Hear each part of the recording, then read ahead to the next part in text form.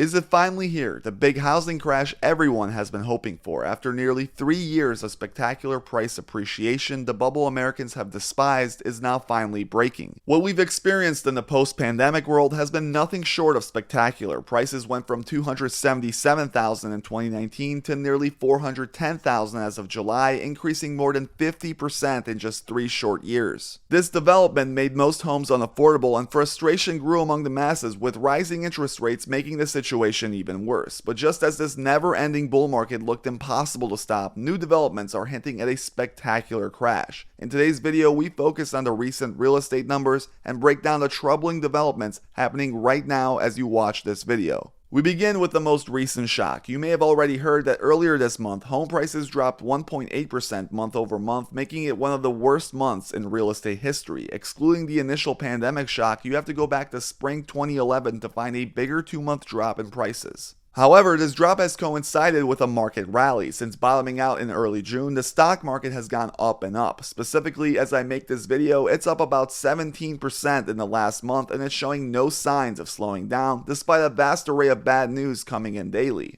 The situation has sort of temporarily paused the fear in the real estate markets as well. We are in this confusing situation with everyone wondering if this right here will be the beginning of a massive bull run that takes us past the all-time highs we saw in January, or will this be the biggest head fake in market history with a reversal of epic proportions, taking stocks well past their June lows. Yesterday, the National Association of Home Builders announced another piece of evidence that seems to indicate the popping of the bubble. The Home Builder Housing Market Index dropped to 49. This may not mean anything to you in particular, but just understand that anything below 50 is negative, and with this being the 8th consecutive monthly fall, many are beginning to wonder if this is quickly becoming 2008 all over again. Other than a brief plunge early in 2020 for obvious reasons, this is the first time the index has gone below 50 since June 2014. The numbers were so bad, CNBC had an entire segment on it. Take a listen to this surprising announcement, but before you do, please make sure you hit that like and subscribe button if you're enjoying the content. Now back to the clip. All right, we've got some breaking news out of the home builders. Sentiment turns negative. Diana Olick has that for us. Diana. Yeah, good morning, David. Homebuilder sentiment in the single-family market dropped 6 points in August to 49 on the NAHB index. 50 is the line between positive and negative sentiment, and this is the first time it's gone negative since a very brief plunge at the start of the pandemic. Before that, it hadn't been negative since 2014. It's also the 8th straight month of declines after hitting a high of 90 less than 2 years ago. The NAHB's chief economist is now calling it, quote, a housing recession. The builders blame higher mortgage rates and ongoing inflation and construction costs. Still, 1 in 5 builders reported in August lowering prices to try to boost sales and slow cancellations. Of the index's 3 components, current sales conditions fell 7 points to 57, buyer traffic dropped 5 points to 32, and sales expectations in the next 6 months fell 2 points to 47. Regionally, sentiment dropped everywhere but fell hardest in the West, where home prices are the highest. And tomorrow we'll get the latest on housing starts and building permits. And these numbers today would indicate that we will see continued slowing there as well. Back to you guys. So now that everyone's expectations are very bearish, we have to wonder about the state of the market. There's really 2 things that are very worrying even for real estate bulls like myself. One is easy to spot in the data: price drops. They have gone absolutely parabolic, reaching 8.1%, which is much higher than recent history. In fact, according to Redfin, this is the highest it's been since at least 2015, and that's only because their data stretches back that far. Nothing in recent history comes even close, with most economists shocked at how rapidly the situation has gone from pure euphoria to panic. Now, as price drops become the norm, the consumer will adjust their psychology as power flows from sellers to buyers, and with less competition will come less bidding and normalized prices. If we look at mortgage applications, which tend to give us a clue about the future of the market, we can also see that they're in a bad spot. According to Joel Kahn, an economist at the Mortgage Bankers Association, the situation on the ground has deteriorated rapidly. He was specifically quoted saying, increased economic uncertainty and prevalent affordability challenges are dissuading households from entering the market, leading to declining purchase activity that is close to the lows last seen at the onset of the pandemic. But that's not the worst of it. The most clear and obvious clue, in my opinion, was something that happened earlier in June when Federal Reserve Chairman Jerome Powell, a man who quite literally controls the market with every word he speaks, said this. So prices may keep going up for a while, even in a world where rates are up. So it's a complicated situation. We watch it very carefully.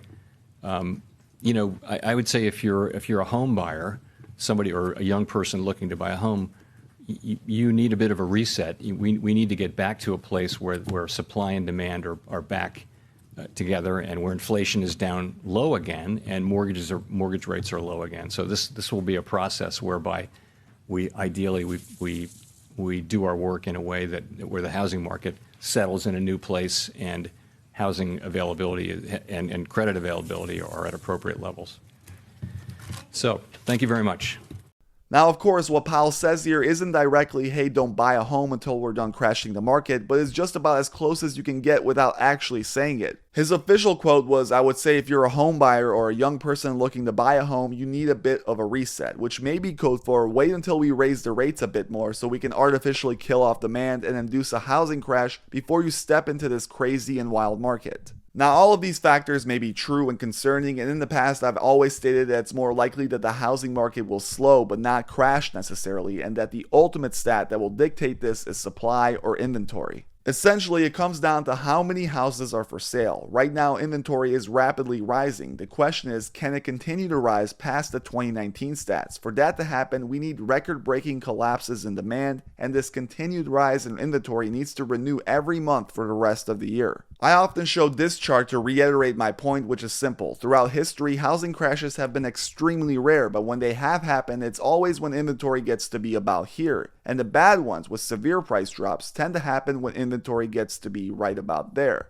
Right now, we're far from that number, but things have gotten a bit scary, and if inventories continue to rise at this pace, we may be there sooner than later. Mike Simonson of Alto's Research did a great job on Twitter showcasing the possibilities. He claims that the bargain market everyone is hoping for is likely not coming, stating that inventories are simply not moving up fast enough. Specifically, he outlines how inventory is still rising, but rising less. Right now, it looks like we'll peak at 600,000 and finish the year at maybe 525,000 single-family homes on the market. The biggest issue is that he projects a slowdown in demand alongside a slowdown in supply, summarizing his thoughts by saying, we'll end the year with roughly 10% home price appreciation. Quite a bullish stance considering all the other factors I've talked about. I know in earlier videos I've maintained the opinion that housing prices will continue their march forward just as Mike has outlined, but with these recent developments, I'm not so sure anymore. In late June, I wanted to put my money where my mouth is to bet against Reventure Consulting, going against his thesis on housing. I did so by buying call options on Opendoor, a company that specializes in iBuying. Well, as of this month, I've closed that position down approximately 1.5%, essentially breaking even. As the market continues to deteriorate, I figured it'll be very hard for Opendoor to maintain its profitability as price drops increase rapidly. Where the housing market goes from here is anyone's guess, but we do know over time it's almost always been inventory that explains the future, and right now, while it may not look so bad, the acceleration of problems is making a lot of people nervous. It's hard to be in an investment with so much headwind. As always, thank you guys for watching. Please make sure you hit that like and subscribe button if you enjoyed it.